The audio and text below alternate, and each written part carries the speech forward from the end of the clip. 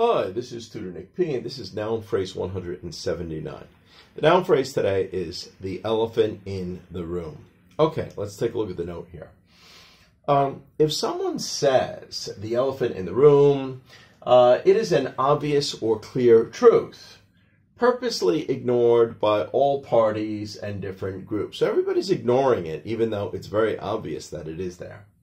Sometimes it also refers to an obvious problem or issue that many purposely avoid talking about, or even sometimes acknowledging that it exists, because it is embarrassing or too difficult to deal with. Okay, let's continue. Some believe the origin of this phrase may date back to 1814 in a story called The Inquisitive Man. Now remember, if somebody's inquisitive, they're very curious. They are searching for more knowledge. They ask a lot of questions, things like that. By fabulist Ivan Krylov, fabulists that tell fables, like Aesop, who was fables, where they tell stories that usually teach a lesson.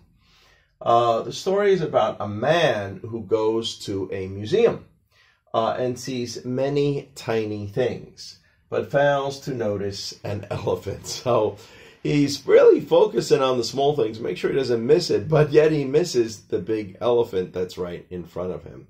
So there's a point there, maybe he's too focused on all these small things and he doesn't see the big problem that's right in front of him, or he doesn't see the big thing that is so obvious. All right, let's continue. However, the phrase started to be used more in the 1950s. So, there's a big difference. It's the 1814, this is the 1950s. Although maybe, there was a few things that happened that might have helped connect this in people's mind that created this phrase. In 1957, the New York Times had a quote, in one of their business stories. Financing school has become a problem about equal to having an elephant in the room. It is so big you cannot ignore it. But maybe a lot of people didn't want to talk about it. All right, let's continue. The phrase became even bigger in the 1980s due to a book published in 1984 titled An Elephant in the Living Room, a leader's guide for helping children of alcoholics. All right, well, first of all, we should note an elephant in the living room, because sometimes you hear this phrase also is not just an elephant in the room. Sometimes we do say an elephant in the living room, probably especially due to this book. All right, but what are they talking about? Well, nobody really likes to talk about personal family problems, especially if there is a father or a parent that has a drinking problem.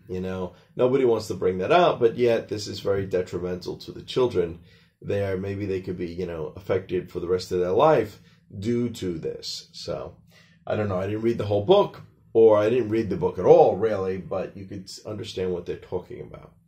So it's an elephant in the room. Maybe in society it needs to be addressed.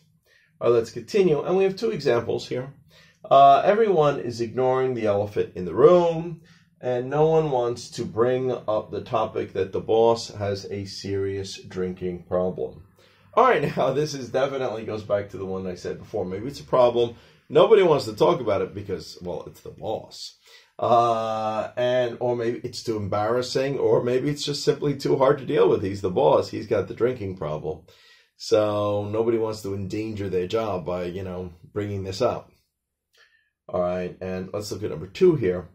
Most business analysts are ignoring the elephant in the room of the unpayable worldwide debt that could bring down the whole economy, meaning bring down the whole world economy. It's been like this for a while. Sometimes some analysts might mention it, but they don't focus on it too much. They don't want to talk about it that much. Everybody knows it's there. Everybody knows it's too big. Everybody knows it has to be dealt with eventually. But, they like to ignore it or avoid it. So they don't talk about it that much. Okay, anyway, I hope you got it. I hope it's clear. Hope it was informative. Thank you for your time. Bye-bye.